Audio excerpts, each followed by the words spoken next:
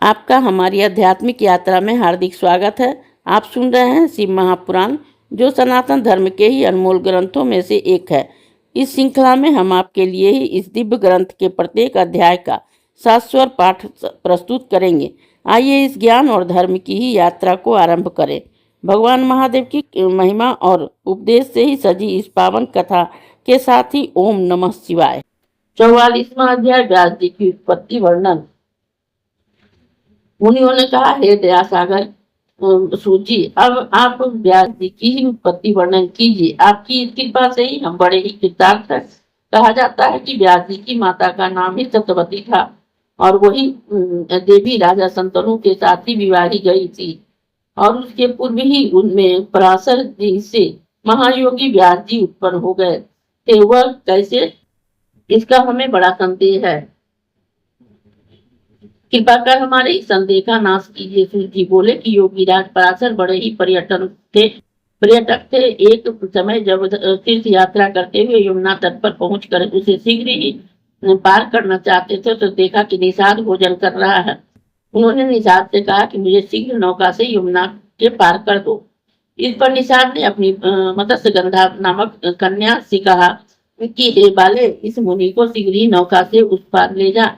हे महाभाग्य, यह तपस्वी पराशर है जो दमयंती के गर्भ से उत्पन्न हुए हैं। धर्म के सागर, चारों वेदों के पारंगत हैं। यह यमुना पार जाना चाहते हैं। निषाद अपनी पुत्री से मुनि का परिचय दे ही रहा था, तभी सूर्य किसी कांति वाले महामुनि पराशर जी नौका पर ही जा बैठे। तब पिता की बताई हुई मत्स्यगंधा उस महामुनि पराशर जी को पार कराने लगी। समय का योग जो महायोगी अप्सराओं के रूप को देखकर भी मोहित न हुए थे, वे कन्या को कामातुर हो गए। उन्हें उसे ग्रहण कर लेने की इच्छा हुई। मुनीश्वर ने उस मनोहर कन्या के दाहिने हाथ को अपने हाथ में स्पर्श किया। तब उस विशालाक्षी कन्या ने कुछ हंसकर यह वचन कहा कि सत्पुरुषों से निंदित यह कर्म आप क्यों कर रहे हैं? हे महाबुद्धिमान, हे ब्राह्मण, आप तो मनोहर वशिष्ठ जी के कुल से उत्पन्न हुए हैं और मैं निषाद की उत्पन्न हुई हूँ। फिर हम दोनों का साथ कैसा? हे मुनिवर, एक तो मनुष्य का जन्म ही दुर्लभ है, उसमें भी ब्रह्मन तत्व, फिर उसमें भी तपस्वी होना तो और भी दुर्लभ है। आपको यह सब कुछ प्राप्त है। आप विद्या के पूर्ण शरीर से, सुंदर तथा वाणी कुलशील से युक्त, फिर भी आप काम बानों से ही बस हुए हैं।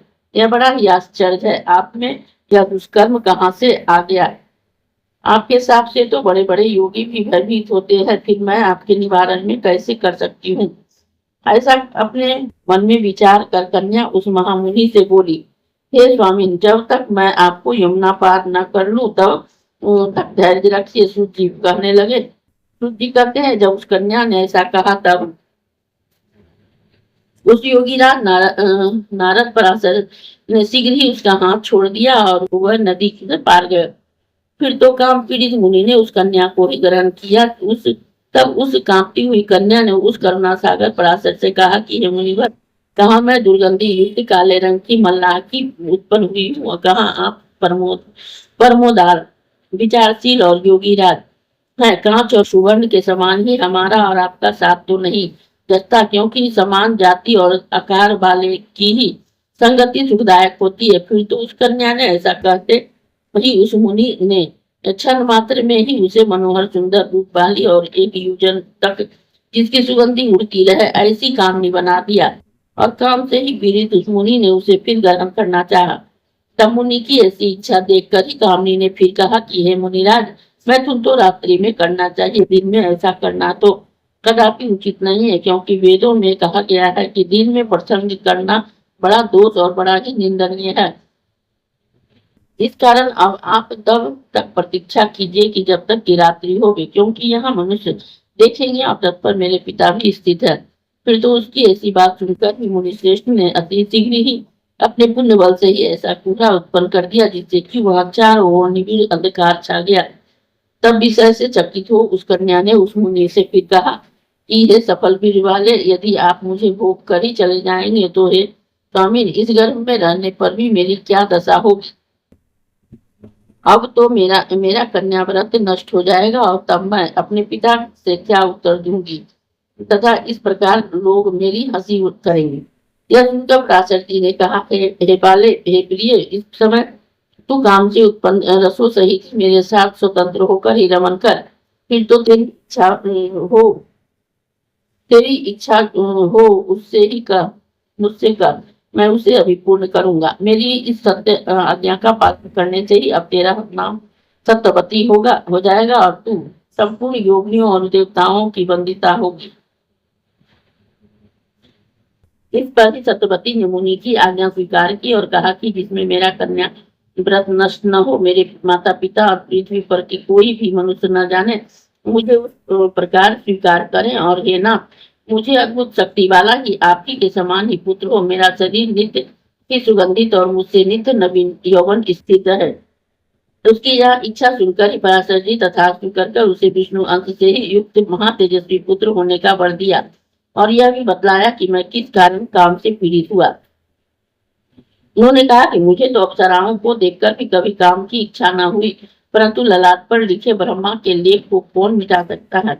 हे वरानहे, मेरे इस संगम से ही तुझे एक ऐसा कीर्तिमान पुत्र होगा जिसकी किन तीनों लोकों में ही ख्याति होगी और वह पुराणों का कर्ता और वेद की शाखाओं का ही विभाजन करेगा।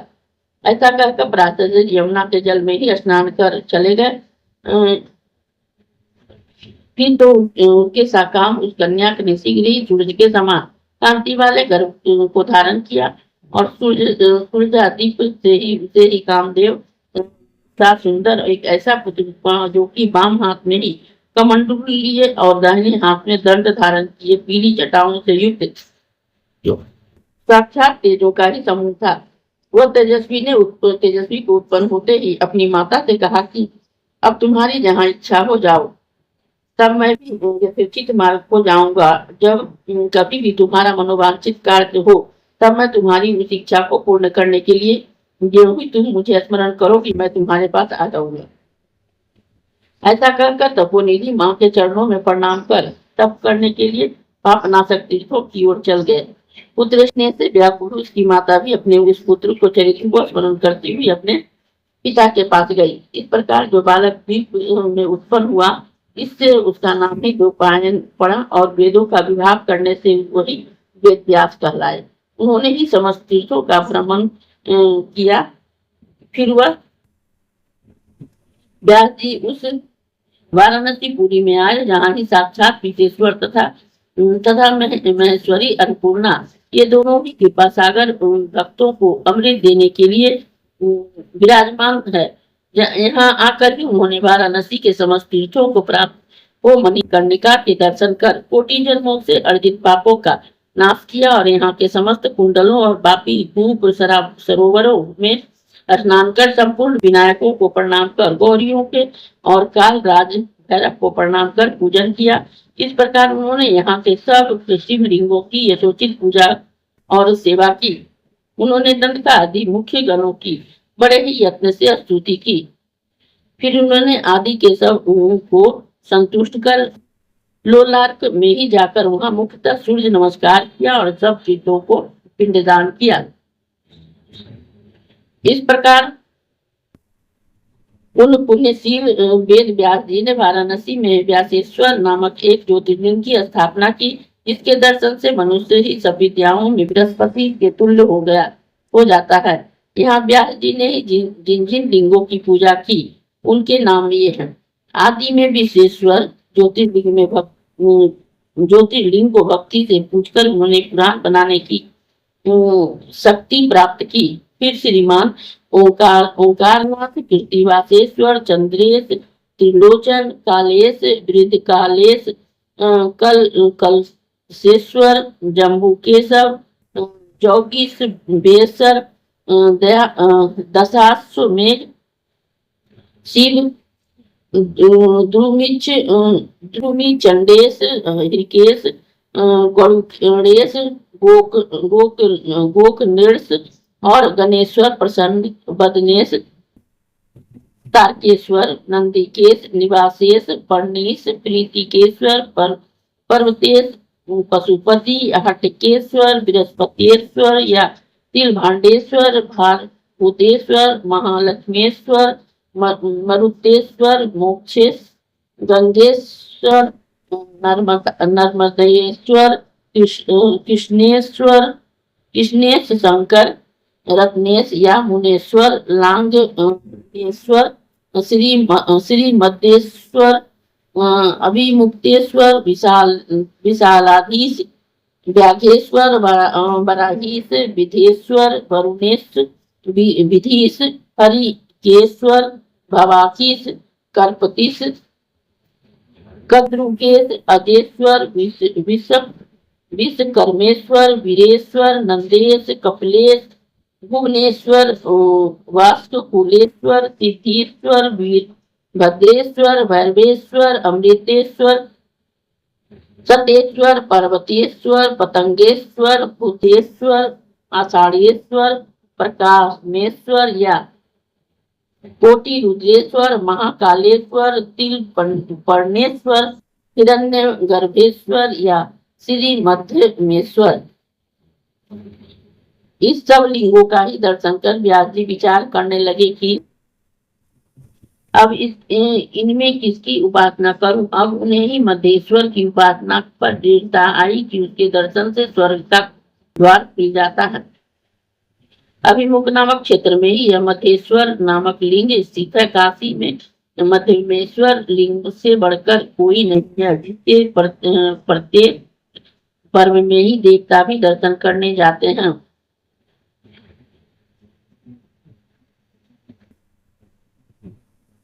जिनका दर्शन कर ही भगवान विष्णु भी मोक्ष के दाता हुए, उन्हीं की कृपा से ब्रह्मा विष्णु और शिव सृष्टि के उत्पन्नकर्ता, पालनकर्ता और संहर्ता हुए।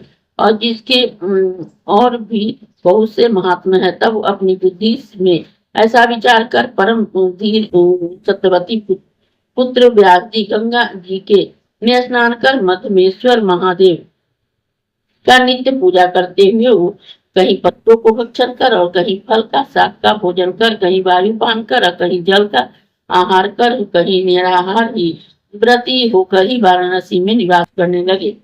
इस प्रकार जब वे एक दिन गंगा स्नान कर मध्यमेश्वर जा रहे थे, तो उन्होंने ही मार्ग में पार्वती सहित करुणा सागर मध्यमेश्वर एक ज्योतिर्लिंग के मध्य में ही स्थित दिखाई पड़े, जिनके बाएं भाग में ही पार्वती विराजमान थी, जो मनोहर शरीर युक्त ही जटाजूट बांधे शरद चंद्रमा की किरणें से शोभित और सारे अंग में भस्म लगाए, जिनका शरीर कपूर के समान श्वेत था और जो कानों तक के क्षेत्र नेत्र वाले ही मूंगे के से लाल जिनके होठ थे, ऐसे वे करुणा सागर 5 वर्ष की अवस्था के आकार वाले ही बालकों के आभूषण पहने करोड़ों कामदेव की गर्भ में चूर्ण करने वाले परम कांतिमान नग्न कमल मुख और लीलावत जो वेदों का गान कर रहे थे, जिनका करुणा सागर और भक्तवत्सल के नाम है, जो शीघ्र ही संतुष्ट करने वाले हैं, तथा जो पार्वती के पति जिनका सुंदर मुख है,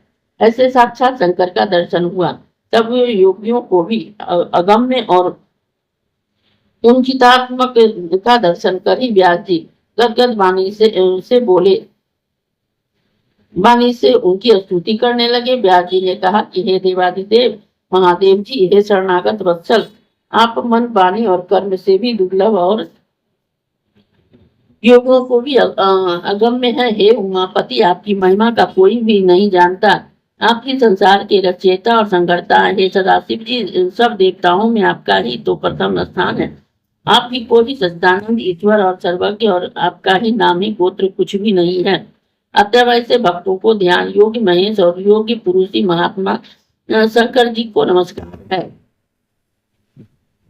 जब इस प्रकार व्यास जी के दंडवत और स्तुति करते हुए पृथ्वी पर गिर पड़े, तो जो बालक प्रसन्न हो व्यास जी से बोला, हे योगी, कहो क्या वर चाहते हो, तुम्हारा क्या अभिष्ट है, वर मांगो, तुम्हें देने के लिए मेरे पास कुछ भी अदे नहीं है। मैं तो सर्वदा ही भक्तों के ही बस में हूँ। तब परम योगी व्यास जी की आत्मा प्रसन्न हो गई और उठकर यूं कहने लगे कि हे प्रभु, आप नहीं जानते कि मेरा क्या अभिष्ट है। आप भगवान तो सबके अंतर्यामी है, सब कुछ के ही दाता है। दैत्यों जैसे यातना मुझको क्यों कराते हैं। तब निर्मल चित्त वाले ही व्यास जी ने ऐसी वाणी सुनकर ही बालक का रूप धारण किए महादेव जी पवित्र हंसी हंसते हुए इस प्रकार बोले कि हे ब्रह्मवेत्ताओं, मैं श्रेष्ठ तुम्हारी इच्छा शीघ्र ही पूर्ण होगी, इसमें संदेह नहीं है। ब्राह्मण में अंतर्यामी स्वयं तुम्हारे ही कंठ में स्थित होकर तुमसे ही इतिहास पुराणों का निर्माण कराऊंगा। तुम्हारी इस पवित्र अभिलाषा से कितनों के भी मनोरथ पूर्ण होंगे। यहाँ तुमने जो मेरी यह स्तुति की है, जो इस स्रोत को पढ़ेगा उसे विद्या बुद्धि और धन प्राप्ति समाप्ति का ही पूर्ण लाभ होगा। धन संपत्ति का ही पूरा लाभ होगा और अंत में मोक्ष भी प्राप्त होगा। जो प्रातः काल उठे ही स्नान आदि कर ही पवित्र हो शिव की ज्योतिर्लिंग को पूछकर 1 वर्ष तक ही इसका पाठ करेगा तो वह पुण्य मूर्ख बृहस्पति के समान हो जाएगा। स्त्री हो या पुरुष, यह सबके लिए विद्या बुद्धि वर्धक होगा। यह कहते हुए वे बालक रूप महादेव उसी ज्योतिर्लिंग में लय हो गए। व्यास जी आंसुओं की धार छोड़ते हुए शिव प्रेम में ही और भी तत्पर हो गए। मध्यमेश्वर महादेव का उन्हें वर प्राप्त हुआ। व्यास जी ने ये 18 पुराण लिखे। महापुराण, वैष्णव पुराण, शिव भागवत, भविष्य, नारद, मार्कंडे, अग्नि, ब्रह्म वैवर्त, लिंग, वराह, वामन, पूर्व, मत्स्य, गरुड़, स्कंद और ब्रह्मांड पुराण। जो शिव के ही इस यश को सुनता है, इसकी रीति और पुण्यों की वृद्धि होती है। बोले कि हे वेद विद्म, अब आप इसका निर्वाचन करिए। व्यास जी ने कहा, इस प्रश्न को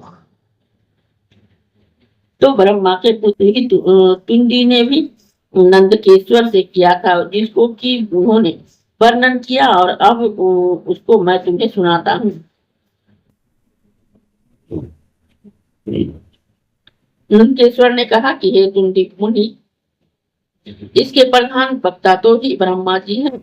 इससे पहला ब्रह्मा पुराण की कहा गया है, दूसरा पद्म पुराण जिसमें पद कल्प की महिमा कही गई। इसी प्रकार से पराशर जी ने जिसको विष्णु का बोधन किया है, उसे ही पिता पुत्र के ही संबंध में व्यास जी का भी वैष्णव पुराण कहा गया है। फिर शिव पुराण की रचना हुई, जिससे ही पूर्वार्ध और उत्तरार्ध 2 खंड हैं तथा जो संपूर्ण शिव चरित्र से भरा हुआ है। इस एक देवी भागवत पुराण भी है, जिसमें भगवती दुर्गा का ही यशोगान हुआ है, परंतु इसे पुराण का पद नहीं प्राप्त है। इस प्रकार से नारद जी ने कहा कि नारद पुराण और 7वां मार्कंड पुराण है, अग्नि योग से होने वाला है। अग्नि पुराण कहा गया है, जिसमें ही भविष्य शक्तियां है और भविष्य पुराण तथा इसी प्रकार से सब पुराणों के भाव का सबका व्यास जी ने ही निर्माण किया है। सबके चरित्र के अनुसार उसका क्रमशः निर्माण हुआ। अब यह सत्यवती से ही उत्पन्न व्यास जी ने ही किया। फिर उन्होंने ही पुराण संगीता और महाभारत की रचना की। वे ब्राह्मण है। इस आश्चर्यदायक उत्पत्ति मैंने तुमसे कही है, जो सकारण है। इस कारण ही महीनों के चरित्र में ही बुद्धिमान जन गुणों को ही ग्रहण करते हैं। इस परम रहस्य को पढ़ने और सुनने वाले उनका सब पाप भस्म हो जाता है, वह ऋषि लोक का भागी होता है। इस अध्याय के श्रवण हेतु आपका हृदय से धन्यवाद। हम आशा करते हैं कि शिव महापुराण की यह दिव्य कथा आपको आध्यात्मिक शांति और गहन ज्ञान प्रदान कर रही होगी। कृपया अगले अध्याय के लिए हमारे साथ जुड़े रहें और अपने सुझाव एवं भावनाएं कमेंट के माध्यम से अवश्य साझा करें। धर्म, भक्ति और ज्ञान की इस पावन यात्रा में आपका साथ हमारे लिए अत्यंत मूल्यवान है। ओम नमः शिवाय। यदि यह प्रस्तुति आपको पसंद आई हो, लाइक करें, कमेंट करें, सब्सक्राइब जरूर करें, बेल आइकॉन दबाना ना भूलें ताकि अगला अध्याय आपसे छूटे नहीं। और इस पावन ज्ञान को ही शेयर करें अपने परिवार और मित्रों तक।